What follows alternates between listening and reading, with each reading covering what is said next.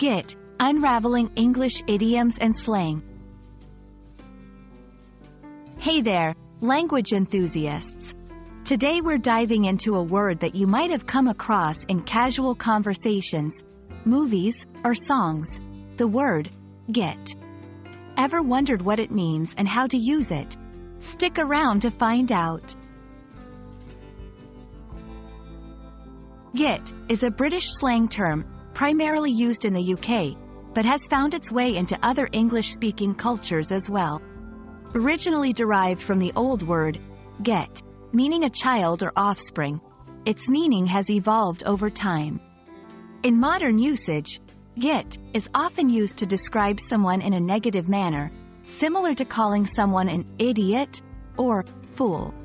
For instance, if someone forgets their keys at home, you might hear, "Oh, you get."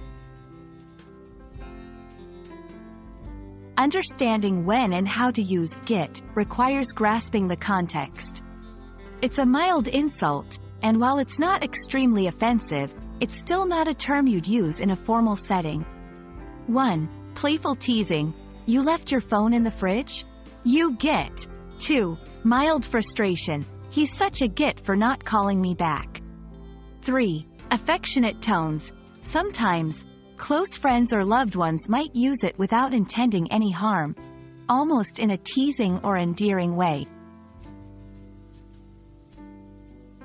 Even though we're skipping phonetic transcriptions, it's worth noting that get is pronounced like sit or hit. There are some variations in spelling and usage across regions. 1. Get. This spelling is less common but can sometimes be seen. 2. Old git. A slightly more specific term, usually referring to an older person in a playful or teasing manner. As with many slang terms, the cultural context plays a crucial role. In the UK, calling someone a git is quite common in casual conversations. However, if you're using English in a non-British setting, it's good to be aware that not everyone might be familiar with the term, or they might interpret it differently.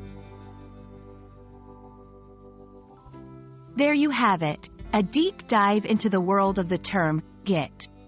English is full of such intriguing slang and idioms, and understanding them can really enrich your language experience. We hope you found this video enlightening, and the next time you come across the word get, you'll know exactly what it means. Until next time, keep exploring the nuances of the English language.